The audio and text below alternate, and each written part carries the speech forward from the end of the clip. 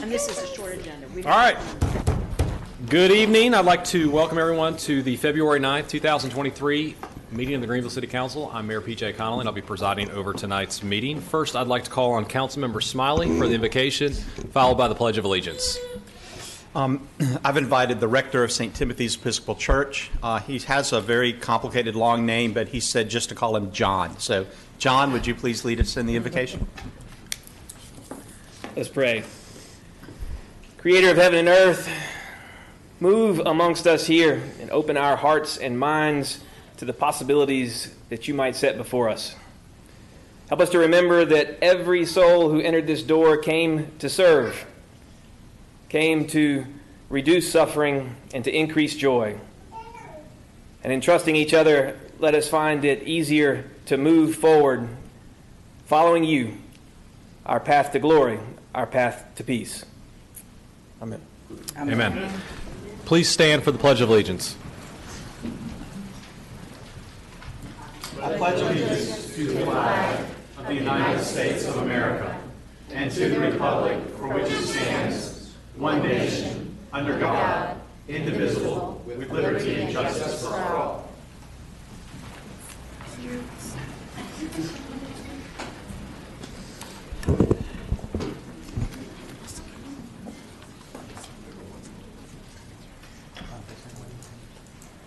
All right. I'd like to call on the city clerk for the roll call, please. Yes, sir. Mayor Connolly. Here. Mayor Pro Tem Glover. Here. Councilmember Daniels. Present. Councilmember Blackburn. Present. Councilmember Smiley. Here. Councilmember Robinson. Here. Councilmember Bell. Here. All right, Mayor Connolly, we have a quorum. Thank you very much. We'll now move on to the approval of tonight's agenda. Madam Manager, any recommended changes? Yes, Mayor, I would just request that the council add a closed session. All right. The attorney will have the motion at the end of the meeting. All right. Do we actually have to approve those? It's up to just you. tell her no? It's up to you. We have to do it. Anybody want to make a motion? Move to approve the agenda as Second. advised. All right. Motion's been made by Councilmember Smiley, second by Councilmember Bell. All those in favor say aye. Aye. Those opposed say nay. Motion passes 6-0. All right. We will move on to special recognitions. We're going to do the...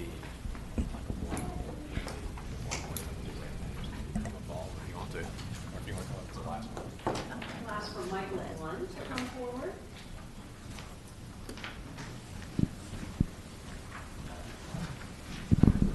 Thank you, Mayor. Okay. I'll be careful.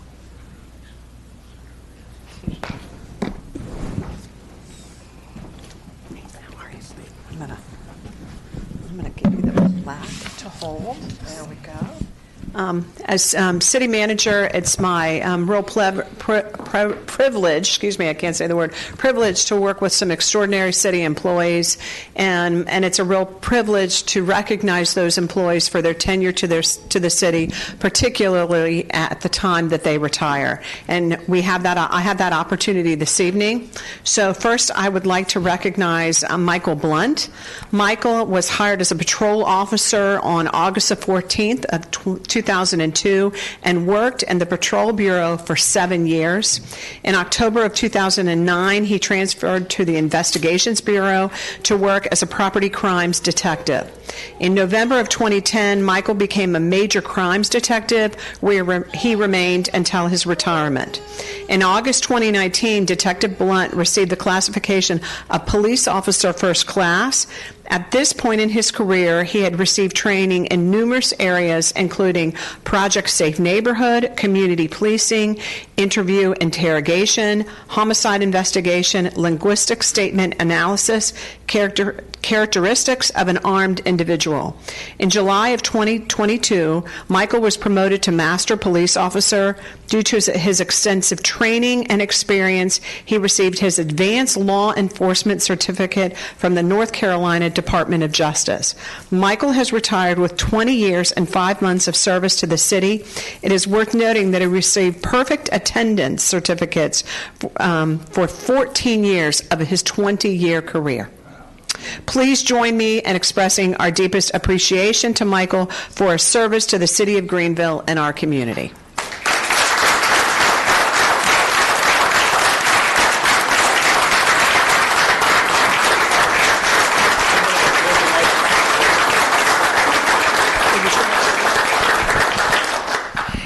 I would just add that there's a lot that he's holding in his hand right there. When a police officer retires, they take their badge home with them. But we've always said inside the police department that the badge don't make the man makes the badge. And that guy right there has made the badge. And we sat right over there talking just now, and I made him promise that he's coming back to work for us as a reserve, because when you've got talent like that and experience and maturity leading our young folks, that's what we need. Congratulations, brother.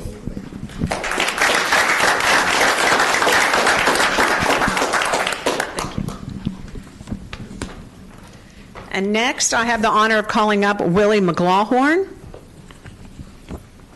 I'm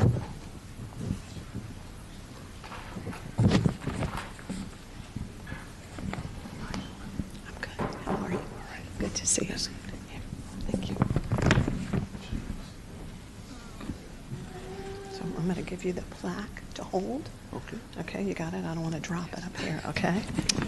Willie McLawhorn began his employment with the city of Greenville in the summer of 1990 and returned in the summer of 1991 as a part-time laborer in traffic services. His full-time employment began in 1994 as a traffic control worker 2. In 1999, Willie was promoted to a traffic services crew leader, and his title was changed to traffic signal technician in 2001. Willie was promoted in 2001 to traffic signal technician 2, a position he held until being promoted to a traffic service supervisor in 2017. Since then, his position has been reclassified twice, once in 2020 to a traffic service manager, and again in 2022 as a traffic services superintendent. Willie spent his entire career in traffic services and touched every aspect of the traffic services division, from signs, pavement markings, signal maintenance, utility locates, detour setup and breakdown, and special event. He has been instrumental in the reorganization of traffic services and strives to educate and empower his staff, preparing them for the next level of responsibility. Willie takes his responsibility seriously and has provided a safe environment for his staff and our citizens. He also conducts third-party CDL testing for the city. Willie took every opportunity to learn and expand his skills throughout his career and received numerous certifications and recognitions. Some of the most significant achievements include Level 1, 2, and 3 of Traffic Signal Technician certification from the International Municipal Signal Association. IMSA Level 3 certifications are the highest level of professional certifications. He also maintained his IMSA Traffic Signal Inspector and 100-hour Manager and Advanced Manager of Environmental Safety and Health certificates as well. Willie will be remembered across the city of Greenville because of the relationships that he has forged and the work that he has done. Please join me in expressing our appreciation to Willie for 28 years and 7 months of service to the city of Greenville.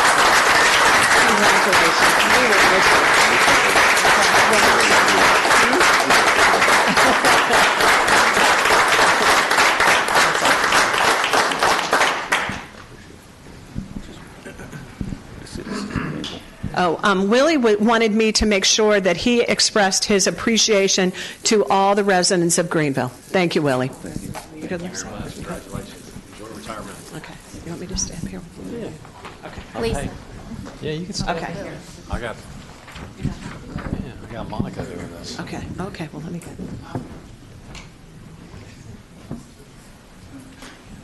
Huh? You don't want to do it? Okay. All right, ready? All right, our final recognition tonight is a very, very special one. We're happy to have Coach Raymond Henderson join us once again. Coach Henderson was recognized last year with his team, the Special Olympics Pitt County basketball team, for their fantastic season, which culminated in a trip to the 2022 Special Olympics U.S. World Games in Orlando, Florida, where they brought home the silver medal in their division. Tonight we want to congratulate Coach Henderson for his recent recognition as the 2022 Special Olympics North Carolina Frank Starling Coach of the Year. Thank you so much for all that you do for our community and all the contributions that you make.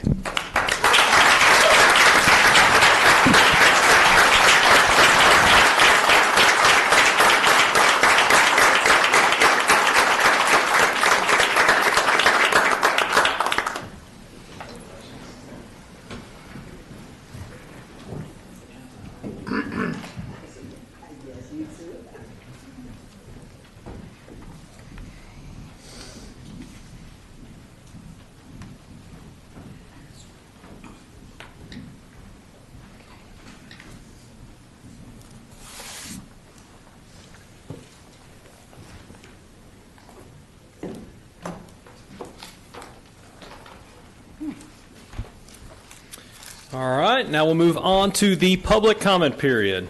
The public comment period is a period reserved for comments by the public. Items that were or are scheduled to be the subject of a public hearing conducted at this meeting or another meeting during the same week shall not be discussed. A total of 30 minutes is allocated, with each individual being allowed no more than 3 minutes. Individuals who register with the city clerk to speak will speak in the order registered until the allotted 30 minutes expires. If time remains after all persons who have registered have spoken, individuals who did not register will have an opportunity to speak until the allotted 30 minutes expires. Madam Clerk, our first speaker. Yes, sir. First speaker is Ms. Tanya Foreman. Ms. Foreman, you have 3 minutes to address the mayor and council.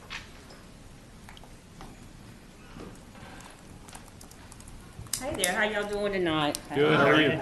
Good evening. Good. Again, my name is Tanya Foreman. I'm the founder of CARE, and it's a local nonprofit organization. And I'm here to do exactly what John said that we're all here to do during the prayer. We're here to reduce suffering and increase joy.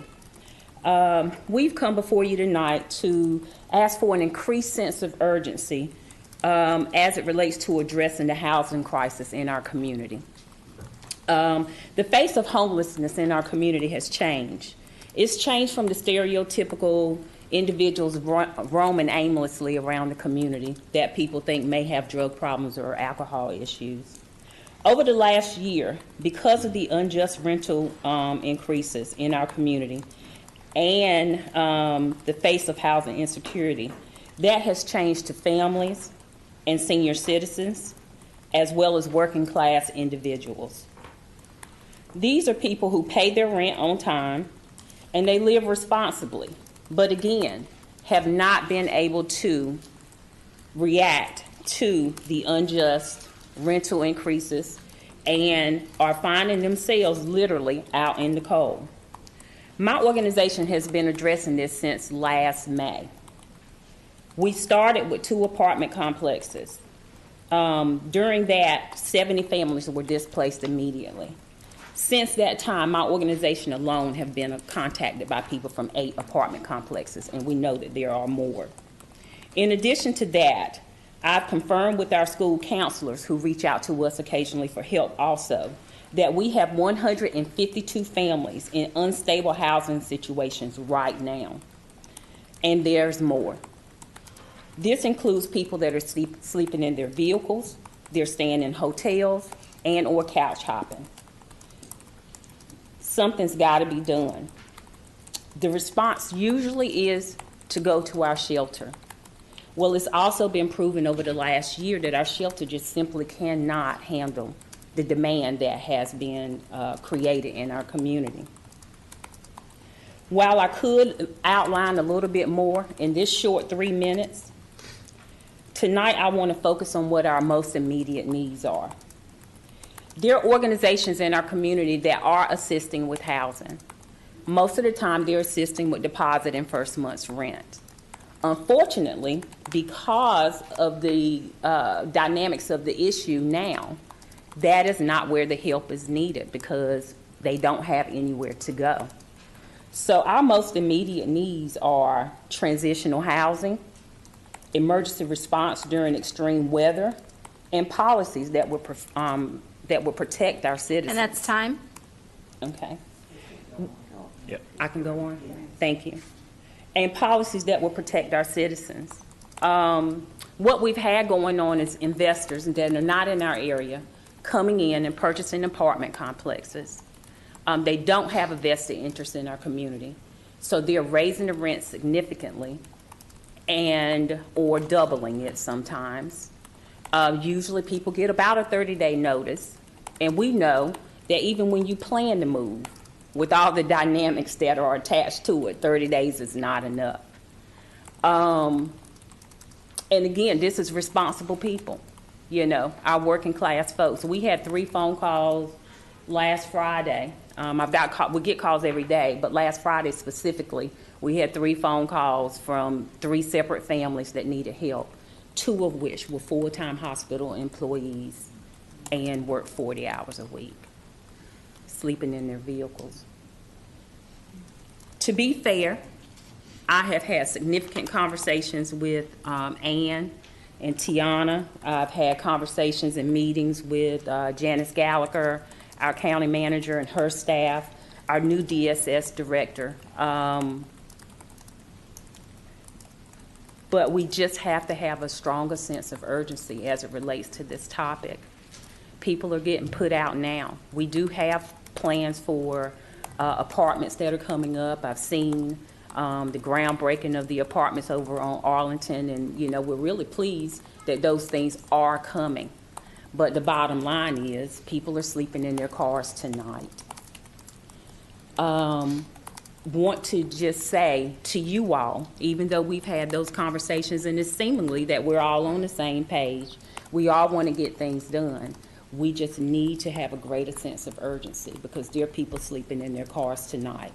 When there's a weather hike or during the summer when it's really hot, we should have a proactive emergency response plan. And again, the face of this has changed. I think that probably one of the most heart-wrenching things that I have experienced over the last year was my team and I going out to one of those apartment complexes and so that we could talk to the citizens because we're boots on the ground, front line for you all. We know y'all can't be everywhere, but we're front line in the community so that we can share with you what's going on.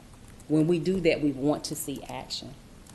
During that time, we saw people leaving their belongings on the sidewalk because they had nowhere to go and they did not have the means to put them in storage. We've got people that are sleeping with their neighbors because they don't have anywhere to go. And I want to reiterate, right now in our school system, 152 families have been identified with housing insecurity.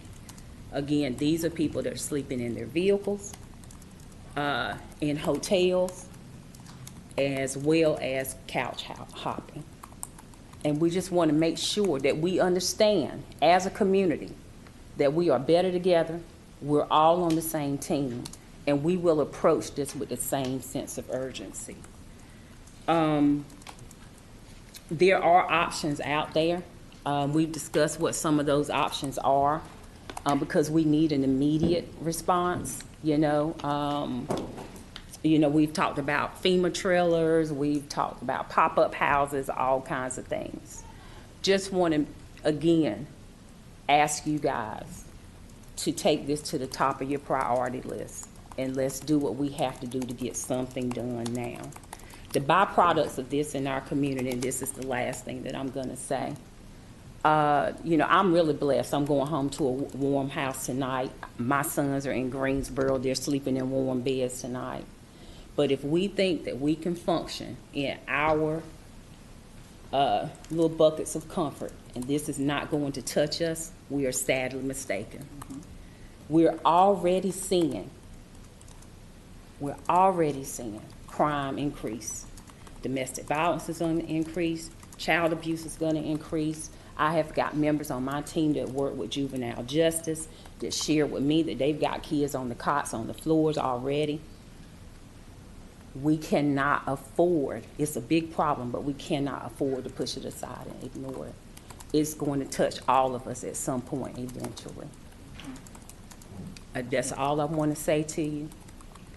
I know we're all on the same team. Let's just get something done and get it done quick. Thank you, Ms. Foreman. Thank you for your team for what you do. Ms. Foreman? Ms. Foreman? Yes. Do you all have any data on how many folks in Greenville or Pitt County are housing insecure currently? They just did over the last week a census called Point in Time, where they count the homeless. Now, we know that just like with our regular census, that number is not accurate. Because, usually they get those numbers from the people that are going to the soup kitchen and things of that sort. I can tell you definitely from the experience of my team that doesn't count everyone because we fed people that are sleeping in the woods. And there's a group over on Ward Street that, they're there pretty often. But that at least gives some kind of baseline thought process of how many we have in the community. Again, my biggest concern is the fact that over the last year, because of the rent increases that are happening, that the face of it is completely changing.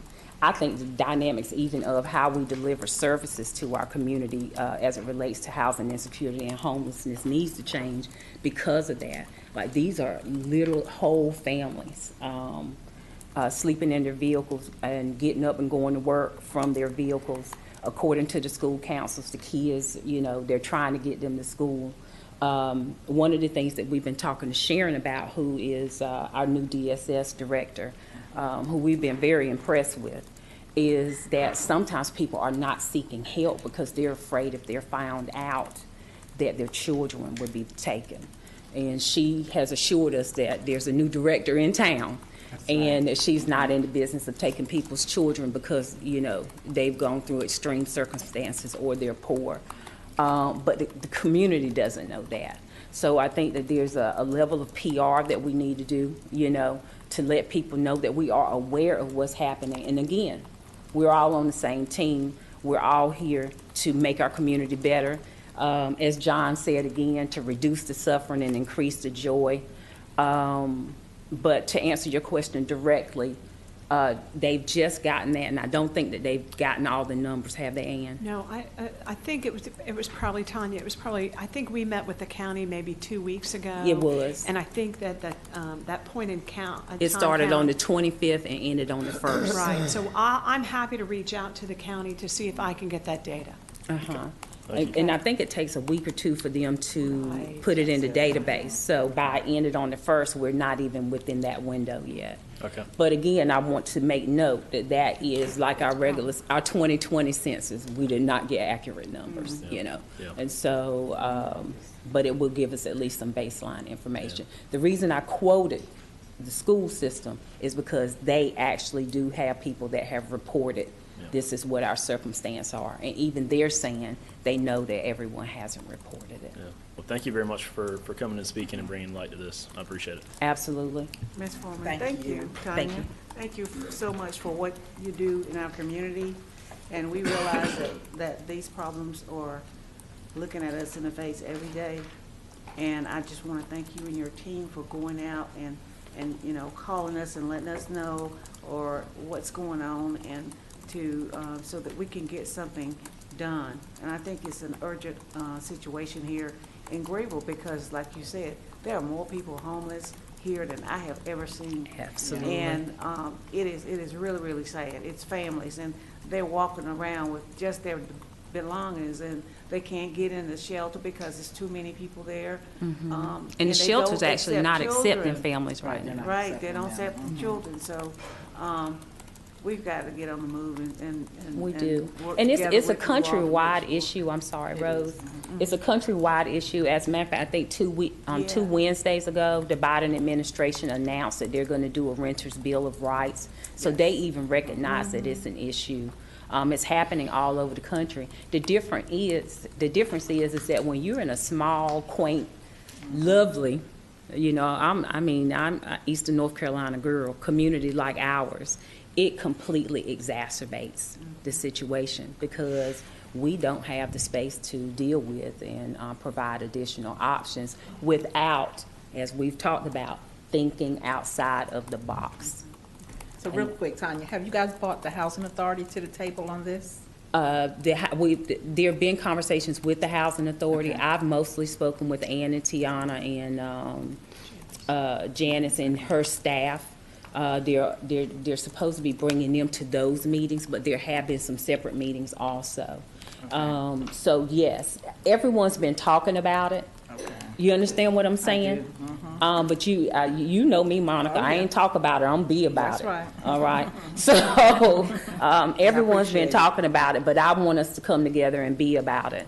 And again, we are going to pay for this if we do not increase the sense of urgency. They have another meeting across town right now about mental health issues. The baseline of mental health issues generally is all the social determinants of health. And the root of that is having housing security. So it's exacerbating all kinds of issues. The interesting thing is that when issues occur, whether it be crime or mental health or what have you, we want to deal with the surface issue. We don't want to talk about the root. I want us to come together and focus on the root of what's going on in our community and protect our citizens. We appreciate it. Thank you. Thank you. Madam Clerk, our next speaker. We do not have any additional speakers. Anybody else that would like to speak during the public comment period, please come forward, state your name for the record. You have 3 minutes.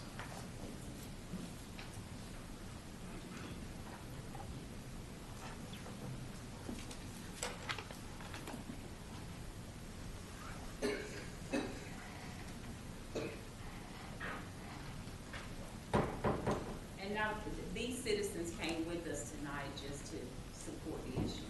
Thank you.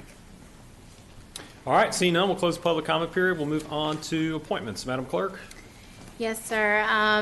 First set of appointments is the appointment to the Animal Control Appeal Board, and can take any nomination from the council. Any luck, Chief? All right. Moving on to the boards and commissions. Oh, sorry, I just had my list right here. The first board is the Affordable Housing Loan Committee. Councilmember Blackburn. Yes, I have 3 nominations. William Walt Kitchen, Chris Darden, and Tamla Wiggins. And I second all 3. Okay. Motion's been made by Councilmember Blackburn, second by Councilmember Daniels. All those in favor say aye. Aye. Those say no. All right, motion passes 6-0. All right, congratulations, Mr. What was the first one? Kitchen. Kitchen? Mr. Kitchen, Ms. Darden, and was it Ms. Williams? Wiggins. Wiggins, sorry, Wiggins. Okay. Next is the Environmental Advisory Commission. Councilmember Blackburn. As you know, we are working on that, so for now, I'm going to continue. Thank you. Yep, no problem. Next is the Historic Preservation Commission. Councilmember Daniels. I'd like to reappoint Mr. Israel Mueller, and I'd like to appoint Mr. Marcus Harrington and Ms. Renita Jones. Second. All right. Took long enough. So everybody at one Motion time. motion is made by Councilmember Daniels, second by Councilmember Smiley. All those in favor say aye. Aye. Those opposed say nay. Motion passes 6-0. Congratulations, Mr. Mueller, Mr. Harrington, and Ms. Jones. Mr. Harrington is here. All right. Wave your hand. Congratulations. Next is the Human Relations Council. Mayor Pro Tem Glover. I'd like to appoint Zakia Allen to the Human Relations Council. Okay. Second. All right. Motion's been made by Mayor Pro Tem Glover, second by Councilmember Bell. All those in favor say aye. Aye. Those opposed say nay. Motion passes 6-0. Congratulations, Zakia Allen. Next is the Multimodal Transportation Commission. Councilmember Robinson. I would like to nominate Catherine Dale. Second. All right. Motion's been made by Councilmember Robinson, second by Councilmember Daniels. All those in favor say aye. Aye. Those opposed say nay. Motion passes 6-0. Congratulations, Ms. Dale. Okay. Next is the Police Community Relations Committee. Councilmember Blackburn. I'm going to continue that. Okay. Next is the Recreation and Parks Commission. Councilmember Daniels. Continue, please. Okay. And finally, we have the Youth Council, Mayor Pro Tem Glover. I'm going to continue. Okay, and that concludes the appointments, Mayor Conley. Thank you very much. We'll now move on to new business. This is the public hearing. The policy of the public hearing adopted by the City Council. The petitioner or representative of a petitioner and a leader of those in opposition will each have 10 minutes. Persons following them will have up to 3 minutes each, with a total for each side of no more than 30 minutes. Additionally, we want to remind those in attendance to extend the courtesy to persons speaking during the public hearing and to the City Council during discussion. Comments made by members of the public are to occur only during the public hearing as allowed by the mayor in accordance with adopted policy of the City Council. There should be no interruptions of speakers or council members, including expressions of support or disagreements, verbally or by applause, as this is distracting and makes discussion difficult. We ask for your cooperation. Thank you. Madam Manager, our first public hearing. First public hearing is an ordinance to annex Davenport Farms at Emerald Park, phases 7 and 8, involving 13.0728 acres located at the current termini of Chestmount Drive and Zircon Drive. And I'll call forward Chief Planner Shante Gooby for that presentation.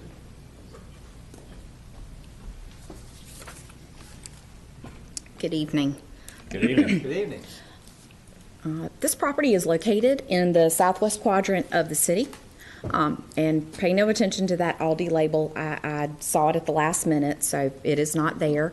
It is just north of Davenport Farm Road. It's west of Thomas Langston Road.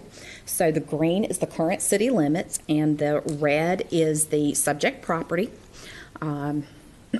It is located in a primary service area on the tiered growth map. It's located in the Swift Creek watershed. It will require 10-year detention. It will be located in voting district number 5. It is 13 acres. Its anticipated development is 46 single-family lots with an estimated value of $8.7 million, and I'll be glad to answer any questions. Any questions for Ms. Gooby?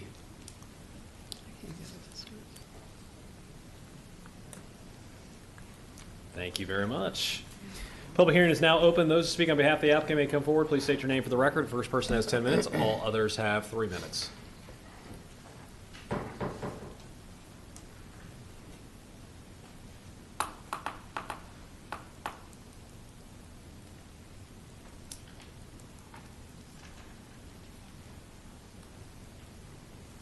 Seeing none, those in opposition to the applicant may come forward. Please state your name for the record. The first person has 10 minutes. All others have 3 minutes.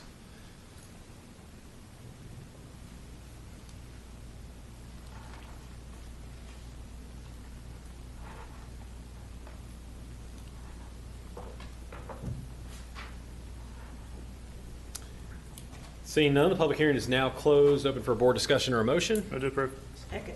All right, motion been made by Councilmember Bell, second by Mayor Pro Tem Glover. Any other discussion? All those in favor say aye. Aye. Those opposed say nay. Motion passes 6-0. Thank you very much. Item number 7.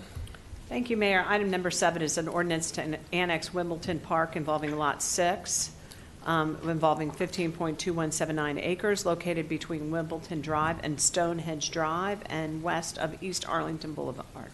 Again, Ms. Gooby.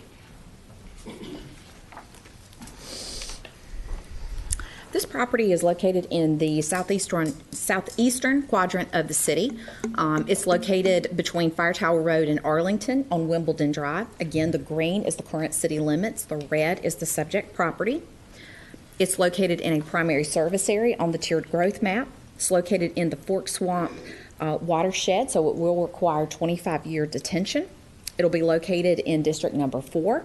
It's 15 acres. The anticipated development is 183 multifamily units with an estimated tax value of $40 million, and I'll be happy to answer any questions. Any questions for Ms. Gooby?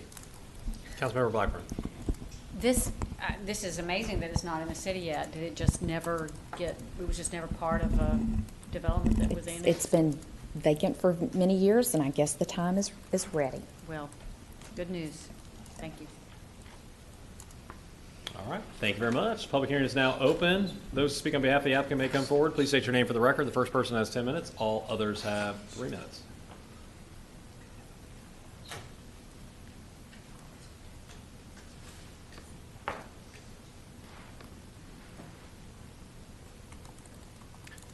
Seeing none, those to speak in opposition to the applicant may come forward. Please state your name for the record. The first person has 10 minutes. All others have 3 minutes.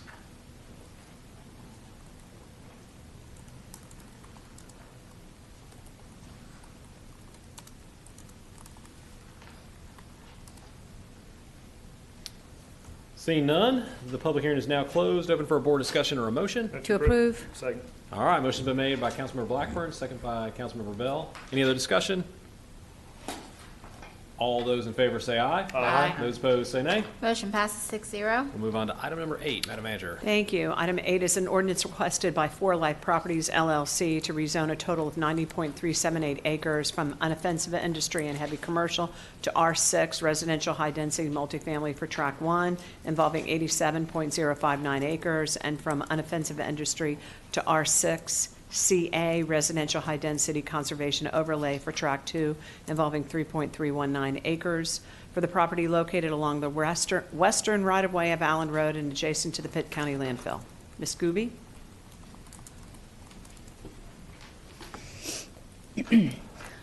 This property is probably going to look a little familiar to you. It is located in the western section of the city.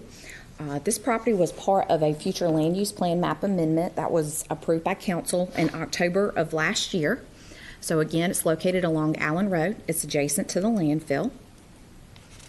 This is a photograph from Allen Road. So to the right-hand side would be to the hospital. To the left-hand side would be towards Greenville Boulevard.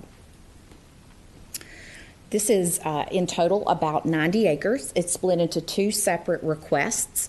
Tract 1 is this larger piece, and that request is for R6, which allows single family and multifamily. And then you have Tract 2, which is sort of this long rectangular piece. That is being rezoned with a conservation area overlay. And so what that means is this property will have to stay in its natural state regardless of the zoning. This property is located in the Greens Mill Run watershed. It will require 25-year detention, nitrogen and phosphorus reduction. A portion of the property is located in the special flood hazard area, which is just this blue you can sort of see under the boundary. A flood development permit and an erosion control plan will be required for the impacts to the floodplain. Jurisdictional wetlands may exist on the property. Jurisdictional streams and riparian buffers do exist on the property. This property has access onto Allen Road at two different places. So there's one here under Allen Road, and there's a little piece here. It's a little bit hard to see. This request could generate a net increase of about 3,800 trips per day. Due to the number of trips, a traffic impact analysis will be required at the time of site plan submission. This property was zoned to heavy commercial and industrial in January of last year. So under that current zoning, the site could accommodate 100,000 square feet of licensed contractor office, which includes supplies and equipment, 50,000 square feet of manufacturing of hazardous and non-hazardous materials, and 170,000 square feet of mini storage.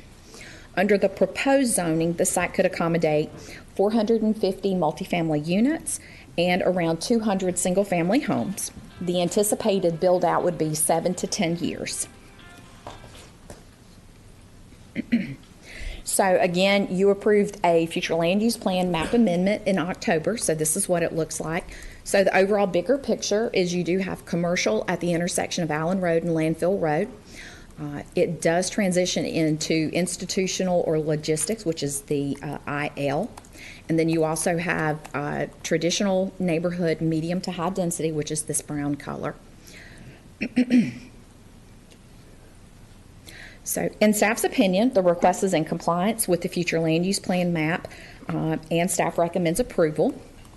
And at the December 22nd meeting, the Planning and Zoning Commission voted unanimously to recommend approval of the request, and I'll be glad to answer any questions. Councilmember Blackburn. Thank you for that. When you say it's in compliance because the council voted to change the land use plan back in October. Is that right? That is correct. So if you don't mind going back to the zoning map, if you don't know this, that's fine. But my first question is, maybe not the zoning map, the watershed map. I know you said there may be protected wetlands, wet areas on this property. Seeing the blue there, we don't know, there may be blue line streams. What about floodway and floodplain, especially what's traditionally called the 100-year floodplain? So there it is. Okay, good. Yeah, it's a little obscured by the boundary that we've made. So if you could look underneath it, I wish I could, but this is a picture, so I can't. Then what you have is floodway, which is sort of in the center of, I'm going to call it a creek right now just to make it easy. And then you do have the 100-year floodplain, which is the blue. And so again, that will be part of when they develop it. That will be part of the site plan process. Any kind of storm water that would be needed as well. And again, they're also required a floodplain development permit because of these areas on this property. Yeah, that's a lot of, it's like a lot of potential floodplain. My next question for you is, Neil, go back to the zoning map. And if you could, where is the landfill? The railroad tracks go right through the landfill, is that right? Sure. The landfill property is on the both transfer sides of the station. railroad track. So it's this piece and this piece. But the active use of the transfer station is to the north of the railroad tracks, is that right? I'll run back to the aerial. Maybe that'll be a little simpler. So I think what you're speaking about is this Yep. section right here. Yeah, so it's actually, and the other area, I know we don't, I guess that we don't know anything about what they're gonna do with that property, but I'm presuming that property it belongs to the county, so they can, if needed, expand the transfer station and its operations. That's under control of the county. Okay. All right, thank you. All right, any other questions for Ms. Gooby? Councilmember Daniels. The study for the traffic, Mm-hmm. because there's a school in this area, correct? That's right. Lake Forest Elementary is located on Briarcliff Drive, so it's this right here. Okay. So this is already a heavily populated area as far as traffic. So if that is not approved, does the housing still go forward, adding that? The traffic impact analysis that will be required is part of the site plan approval, so they have to go together. Okay. So I won't say it wouldn't be approved, but what I will say is they will have to meet the measures in order to have an approved plan. The traffic impact analysis may recommend certain improvements to Allen Road or certain improvements entering into the site. And it would then be up to the developer to determine whether or not they wanted to pursue development, knowing that they had to make those changes. Okay. Okay. Because that's concerning to me, knowing that the majority of those children and those families will attend that school. And I'm sure a bus isn't going to go across the street. Mm-hmm. So, thank you. Any other questions for Ms. Gooby? Nope. Thank you. All right. Thank you very much. The public hearing is now open. Those who speak on behalf of the applicant may come forward. Please state your name for the record. The first person has 10 minutes. All others have 3 minutes. Thank you, Mr. Mayor and council members. I'm Mike Baldwin. I represent For Life Properties, who is a LLC composed of Jeff Starlings and Billy Michelle. We have followed the process of going through a land use map amendment that was brought before you. Well, it went through the planning board. It was had only one dissenting vote then. Then it came before this council, was approved at this council. Then the rezoning went back to the planning board. That was approved unanimously. So now we're at the zoning portion level of it. Ms. Blackburn, just one, talking about flooding and things like that, it is important to note that with residential, the runoff coefficient is, or let's just say the percentage of impervious is much less for residential uses than it is in unoffensive industry, what it is, by about 80% down to 60% if all of it were multifamily. If you get down to a single family, you're normally talking about 40%. So, and there's, there is blue line streams in it, and there will be wetlands in it that we will have to, and those, also, mitigate the runoff as well, because we're not allowed, other than a few road crossings here and there, we're not allowed to build in those. I think this is similar to what was done across on the north side of the railroad tracks with the type of development was over there. Even then, over there, most recently, we have a city park over there. We do have, and Ms. Daniels, we will, you'll hire a transportation engineer to perform the TIA, and we will, I've never seen a situation where a TIA required something that didn't allow the project to move forward. And there's also, as you're probably well aware of, the widening plans along for this portion of the road. And just in closing, it's a large enough piece of property that we have not just a subdivision, but we can have a neighborhood out here. We got a school. It's kind of in a good fit situation. So I'll be glad to answer any questions. All right, any questions, Mr. Baldwin?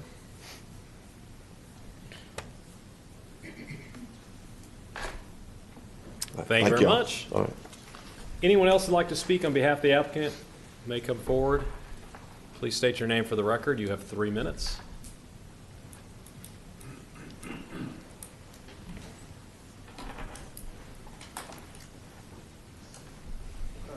have some questions.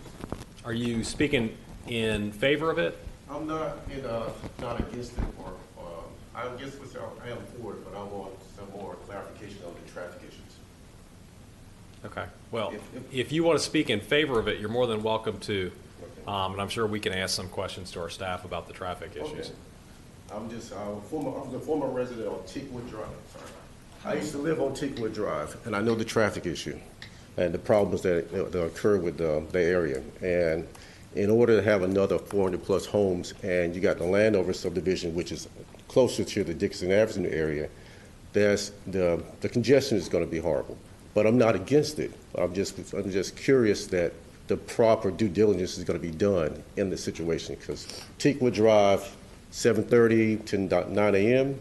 is horrible. 3 to like 7 p.m. is horrible. And currently, I'm looking to move back into the area, so I'm concerned about the traffic. Okay. And that's all I want to say. Thank you. We can ask maybe our staff after we close the public hearing some of those questions. Anybody else that'd like to speak in favor of the applicant, you may come forward. Please state your name for the record. You have 3 minutes.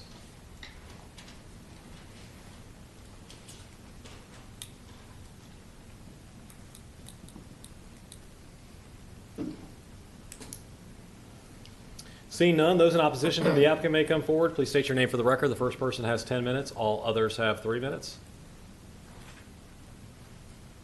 I think y'all hit the bullseye tonight of folks that live in that area. And I will reiterate what Mark said. I don't know that I'm actually against it as much as I would like to see the due diligence made to ensure that the traffic is not increased inappropriately and is safe. Not only that property is developing, but every neighborhood on that section of the road is actually increasing properties in those neighborhoods. So if you all could just consider that, there's a lot of building going on Allen Road. And of course, we want the growth, but we want to make sure that we're preparing responsibly for that growth also. So not for or against, just please do the due diligence on the traffic. Thank you very much. Anyone else who'd like to speak in opposition to the applicant, you may come forward. Please state your name for the record. You have 3 minutes.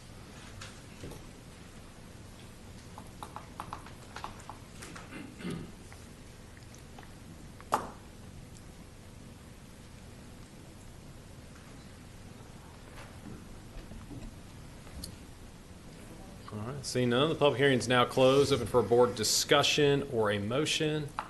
I believe if anybody would like to ask the questions to our staff, we had some questions that are arisen during the public hearing regarding traffic. Right. Certainly, I'd call forward Stacy Pickford. I think Stacy could speak to the council about the parameters of the traffic impact analysis, the TIA that would be done, and some of the factors that might be considered as that TIA is prepared. It is important to point out the city staff does not do the traffic impact analysis.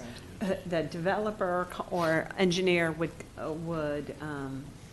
hire the contractor that would do that work. So Stacy, do you want to just talk to the council a little bit about how it is that what's considered and the parameters of that study? Yeah, so for the TIA will be done for this property, which is typically the roadway frontage of this property, which would most likely be turn lanes in that nature.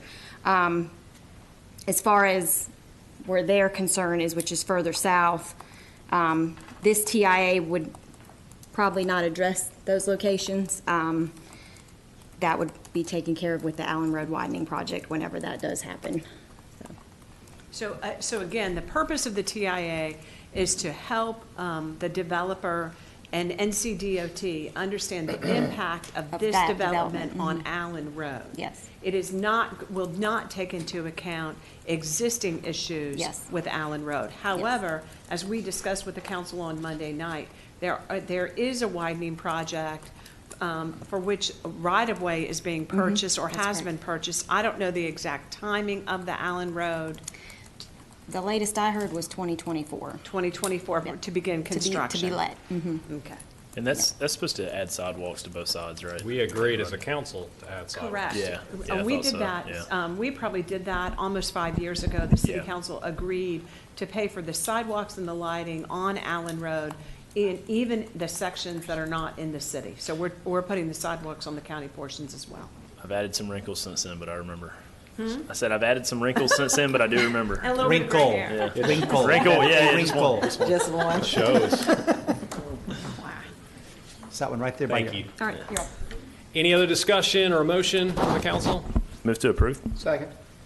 All right, motion's been made by Councilmember Bell, second by Councilmember Robinson. Councilmember Blackburn? I appreciate that we as a council, by majority vote, changed the land use plan to allow this. I continue to have concerns. They are the same concerns. They involve, putting all of this housing right next to the transfer station.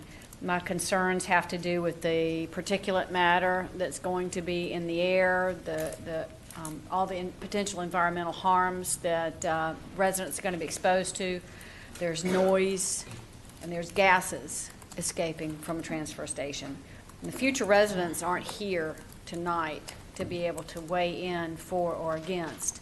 Maybe they're okay with it, maybe they're not. I am not okay with putting them in that position. I also am concerned that with the flood plains in the southern part of the parcel, that's going to move the housing closer to the transfer station, although I appreciate that there is the conservation space there. So I'm going to have to oppose this because I'm concerned about putting residential housing right next to the county transfer station. Although I appreciate, as I say, the conservation buffer that's there, I just don't believe that it's enough to protect future residents from the potential harms of the transfer station. Thank you. Councilmember Smiley? I think it's also important to keep in mind who those residents will be. Several people have talked to me about this, and they've said, people will be able to choose if they want to live there or not. And what they're talking about is that the market will, determine who is, able to basically afford not to live there, right? If there is something which detracts from the quality of life in that area, which the landfill transfer station obviously would, then people who can afford to live, who have the money not to live next to such a place, will choose not to live there. And so you'll end up with what we've seen, perhaps, the airport's another good example, where you could say people choose to live there, but the people who choose to live there, are people who are having to make compromises with regards to their quality of life because of their income level or relative affluence. So,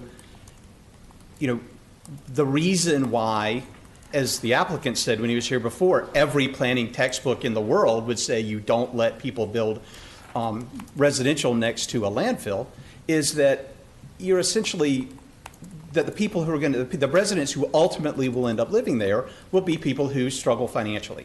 And so we ask people, people are saying, well, how come it is that we always end up with our most challenged citizens and families living in the worst places? And it's actions like this. And so the council has an opportunity to stop that pattern, to say, no, this is not an appropriate place for people to live. It's not an appropriate place for rich people to live. It's not an appropriate place for less rich people to live. And council should vote against this. I would definitely argue, though, that there are several different apartment complexes that are all around there, some of which are even like higher end complexes, like Holly Glen is right over there.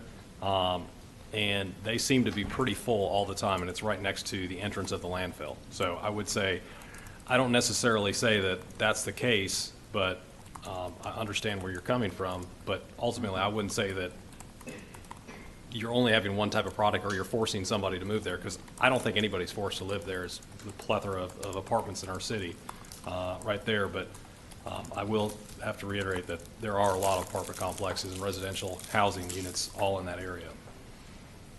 Any other discussion? Yeah, there are minutes from all of our meetings, and I specifically remember no one mentioned anybody's income level, to qualify to live in these houses. Nobody mentioned, there was no discussion about people's level of income when we voted on this. So to throw that in there, essentially as conjecture post haste is kind of ridiculous, but not my words. No, I've been approached by that as well, so I think he's not talking about the council, but the public as a whole. I have actually, been approached by the individuals that are expected to live there. So it may not be good to hear, but it's still a fact, so. Councilmember Smiley. And there were, in fact, at the last meeting when we talked about this, extensive discussions of the similarity of this facility and this area to the airport, and how when the airport was built, there were no houses nearby, and over time we've allowed houses to be built. Council has allowed houses to be built there, and those houses have been occupied by people who struggle, and they have come to us and said that they have those struggles. So I disagree that this is a new topic. It was discussed. Maybe it wasn't discussed. I talked about it extensively the last time this was in front of us. It was a real issue there. It's a real issue now. The places the mayor referred to are not directly adjacent to the transfer station, which is the source of all the noise and all the pollution and all of the problems which you would imagine living next to a landfill entail. And yet this is the land that the developer is attempting to develop. Again, I don't have to take my word for it. Take his word for it. Every planning textbook in the country would say, don't put this here. We should just follow the standards of good planning. And I would reiterate that it is at the entrance of the landfill. And then in addition to that, I'd be very careful with stating who will potentially live there. That is a very, very dangerous thing to say, because you could be accused of steering, which is illegal, that only certain individuals will be living there. So I would be very careful with saying that. Any other discussion? All right, seeing none, motion was made, probably second. All those in favor, how about you raise your hand? Those opposed, raise your hand. I'll break the tie. I'm in favor. Motion passes 4-3. Thank you very much. We'll move on to the final public hearing for the night. Madam Manager. Thank you, Mayor. The final item number 9, is an ordinance requested by Shreve Investments, LLC, to the future land use and character map for 1.539 acres from residential high density to commercial for the property located at the southeastern corner of the intersection of West Arlington Boulevard and Dickinson Avenue Extension. Again, Ms. Gooby.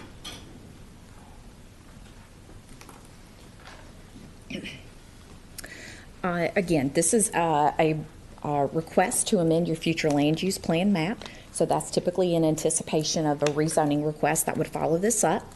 This property is located in the southwest quadrant of the city. It's more specifically located at the corner of Dickinson Avenue and Arlington Boulevard.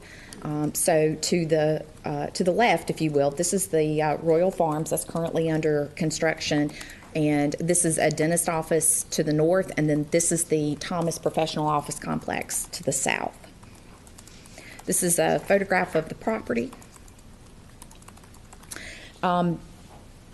This request could generate a net increase of a little over 1,000 trips per day on Arlington Boulevard and on Dickinson Boulevard. Again, this is on a corner. This would be one of those times that if it were to come back to you as a rezoning request, as part of the development process, likely a TIA would also be required for this at that particular time. So the current zoning of the property is OR, which is blue. which is office and residential, and then there's one piece of residential agricultural. The land use plan at this time recommends high-density residential, which is in the orange. Typically under that category, you could expect approximately 10 multifamily units. Under the requested zoning, and again, this is what, if the map was approved, this is what it would look like. This would be commercial, and it would be anticipated to accommodate a convenience store. Oh, let me back up 1 second, please. I'm sorry. So under this request, you would have some transitional zoning. You would have commercial at a hard corner, and then transitioning into some multifamily that's still there for the vacant property, but you also have some office or a office complex directly to the south. We talk a lot about the Comprehensive Plan Committee, their guiding principles that they had of when they were looking at the future land use plan map. One of those would be sustainable development practices. In staff's opinion, this does support a sustainable development practice of having transitional zoning. Staff recommends approval, and the Planning and Zoning Commission at their February 21st meeting unanimously recommended approval as well, and I'll be happy to answer any questions. Any questions for Ms. Gooby? Councilmember Blackburn. Yes, I have a couple of questions. Could you go back, please, to the zoning slide? I'm sorry, the land use slide? Yes, that one. Okay. And maybe the one before it, the one that Okay. showed the office use, Okay. the blue. Okay, that's the zoning map. Is that- Right, okay. So you've got OR use, OR zoning, and so now we want to, but even though this is zoning, it's in high-density residential in the land use plan. Which is the same, because the OR has a high-density multifamily component. So it matches, if you will. That does match. And then the few properties left here along the stretch of Dickinson that are green, those are, I would just say, sort of suburban type of lots that have been left. A few of them still have homes on them. Most of these, over the past couple of years, have transitioned to the OR zoning, which is where you have the blue from. So you just have a few of these scattered residual lots along Dickinson Avenue. I'm trying to picture where that is. Are there some homes with people living in them? Yeah, if you can see, so coming down Dickinson, this is Brook, I may be calling it wrong, it's senior living. Okay, I don't remember the name. Mm-hmm. And then you do have some single-family homes. A few of those homes are still lived in. And this is Cross Creek Townhomes. And then across the street, this would be, the place I know it as is where the lottery is. Right. Yeah, That's the I know most where familiar that's thing I can think of. And so again, you've got these three parcels at the intersection. So, this is a land use plan, so that, Bless you. that commercial land use, it's slightly higher intensity, but at the same time, I know there's a lot of commercial in this area. Right. What I'll say that what they're kind of faced with this particular corner is they've been the last one to develop. So right now, they have a very finite amount of space. They already have office that's backing up to them to the south. They have the senior living also just further, further behind them. I'll just say this. Right now, my understanding is the person who's requested this owns these 3 lots. So we still have this one little lot that's left out there. With it only being an acre and a half, and the fact that you are fronting onto public streets, that means you have to have I think it's a 20-foot setback on both sides. When you do the numbers, the ability to put multifamily on there and make it economically feasible is very tough. And so I'll let the representative talk a little bit more about that, but that is how it's leading to this, is this corner has been vacant, but yet they're hemmed in by other development around them. Okay, thank you. All right, any other questions for Ms. Gooby? Thank you very much. Public hearing is now open. Those who speak on behalf of the applicant may come forward. First person has 10 minutes. All others have 3 minutes. Please state your name for the record. Good evening, council members, Mayor Connolly. My name is Steve Sproul. I'm the surveyor for the project, trying to help them get through the process here of amending the land use plan. Like Ms. Gooby pointed out, the potential use for this site, the size of it just does not lend itself to high-density residential use. It's just, and the traffic for people trying to get in and out of there would be hard. And it's not going to be easy for somebody coming out of a convenience store if that's what it becomes, which I will let you know the owner has no concrete plans to make it a convenience store. I think his aim is to do a build-to-suit, perhaps, kind of situation and lease it. Certainly a convenience store is a high possibility for it. But if you have any questions, I'll be glad to try to answer them. Other than that, I would point out that the staff has voted, or not voted, but recommended this approval, and we ask for your approval tonight. All right. Thank you very much. Any questions for Mr. Sproul? Thank you. Thank you. Anyone else who'd like to speak on behalf of the applicant may come forward. Please state your name for the record. You have 3 minutes.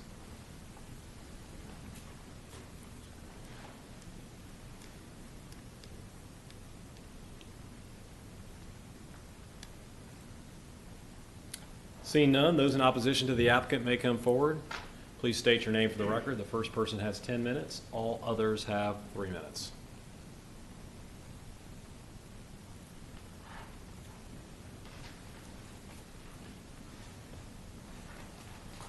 Seeing none, public hearing is now closed. Open for a board discussion or a motion. Move to approve. Second. All right, motion's been made by Councilmember Bell, second by Councilmember Robinson. Any other discussion? Oh, no. So you're reaching. All those in favor say aye. Aye. Those opposed say nay. Motion passes 6-0. Thank you very much. We will now move on to the city manager's report. Mayor, I have no report. All right, comments from the mayor and the city council. Councilmember Daniels. I would like to thank Ms. Foreman and her team for coming and speaking with us tonight and sharing the importance of our current housing problems or concerns. It is something that is on everyone's mind and in our hearts, and you're correct. We need to do something now. We need to move forward now. And I also would like to wish everyone a happy Valentine's Day.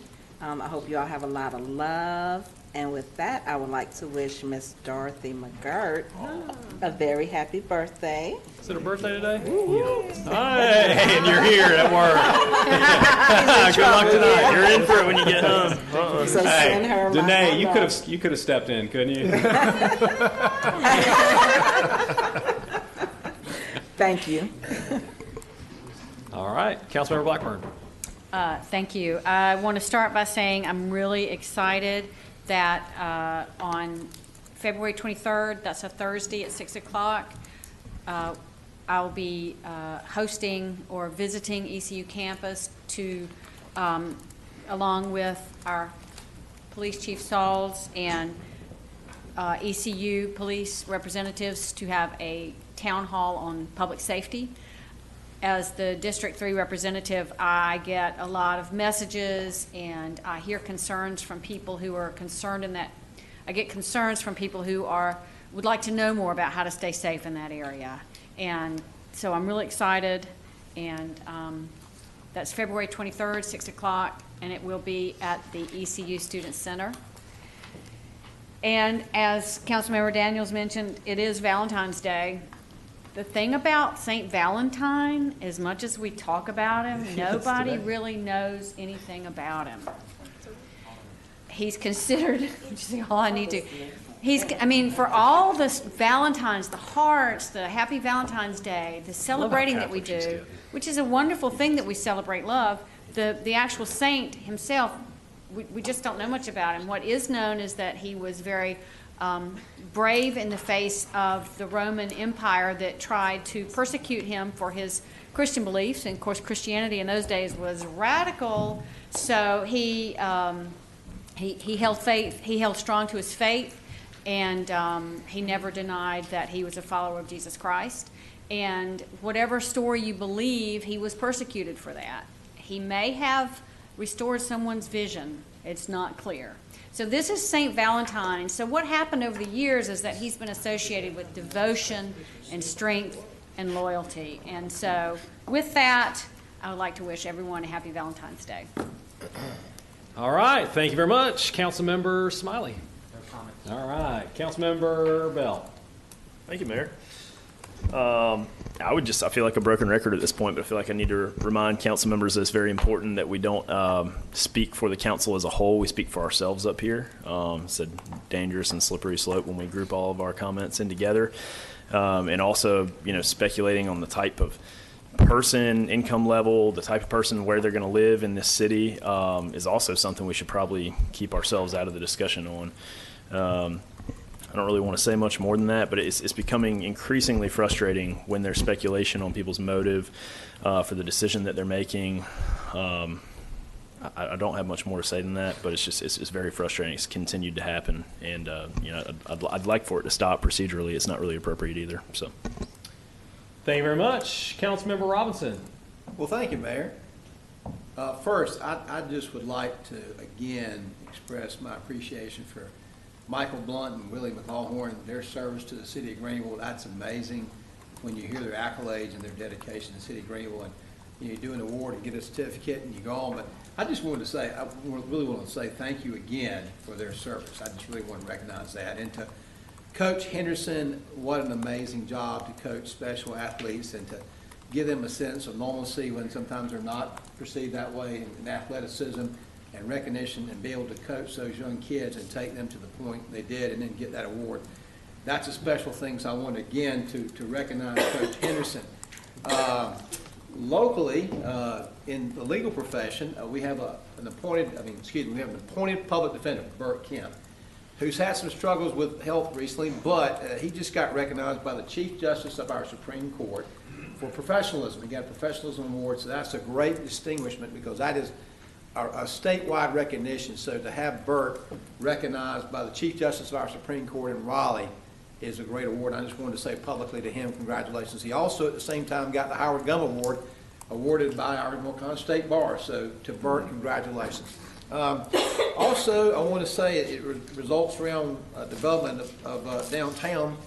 Open Door Church Ministries just recently opened up their prayer room downtown Greenville, right next to the bakery. So if you care to do that, they are open on Tuesday mornings from 8 to 9 and 12 to 1. If you choose to go in there and pray about things and pray for people or pray what, we're welcome to have you. And also, on March the 6th, they will have their men's ministry at 6:30 in the morning if you want to come down and join the men. They just had one that's very successful.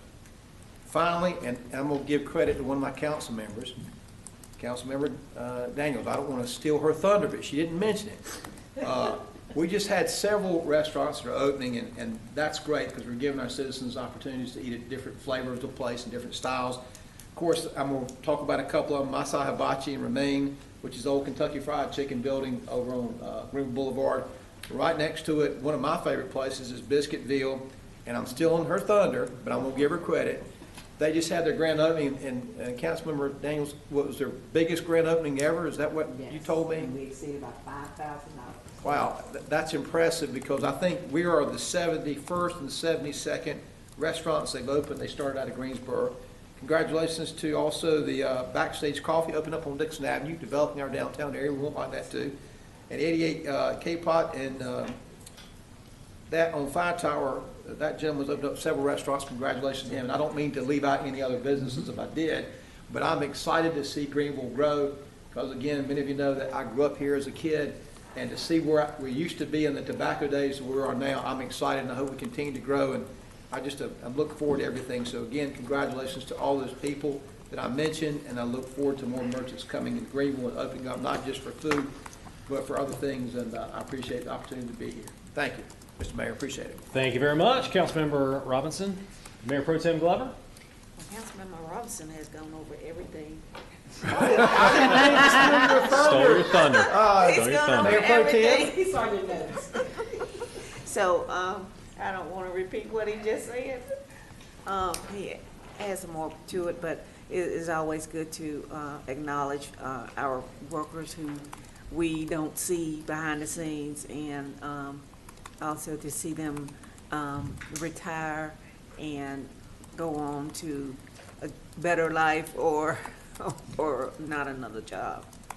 But I just want to say it's really an honor and a pleasure to see these two men who have retired from the police department and to hear from Chief Sauls that he wanted the other one back. He's not going to let him go. So it's really good to have recognitions of our employees and let our citizens know how much we appreciate what they do, because, you know, without them, this city would not run at all. So I just thank you all for all that you do. I just want to tell everybody happy Valentine's Day except PJ. Thanks a lot. He told me it was today. You didn't get Junior something? No. Well, you got a couple days. You got the weekend to figure it out. All right, I'll take it back then. All right, that's it, man. All right. I would like to also wish Dorothy McGirt a happy birthday. Another February birthday. I've got a lot of birthdays. I've got a mother that is celebrating a birthday tomorrow. Unfortunately, I won't be with her tomorrow, but I'll be able to give her a call and wish her a happy birthday today. And then I also have another birthday. I have a daughter, my oldest daughter, that is turning double digits on Wednesday. So I am scared to death. It's all downhill for now. Before I know it, I'm going to be buying a car and sending her off to college. I'm going to be crying like a baby. So I know. It's driving me crazy. So also want to wish everybody a happy Valentine's Day, especially to my wife. I want to wish her a happy Valentine's Day. And then also want to remind everyone that the ECU baseball season starts next Friday against George Washington. They play February 17th here at Clark LeClaire Stadium.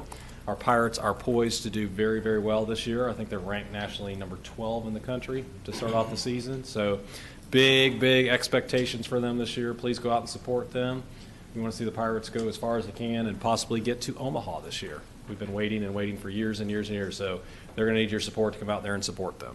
So with that, I would like to turn it over to our attorney, McGirt. He's going to give us a very brief synopsis of the closed session so he could get back to his wife. Thank you, Mr. Mayor. And thanks for the birthday shout out to my lovely wife, Dorothy McGirt. And if she's watching, I would ask her to be my Valentine. I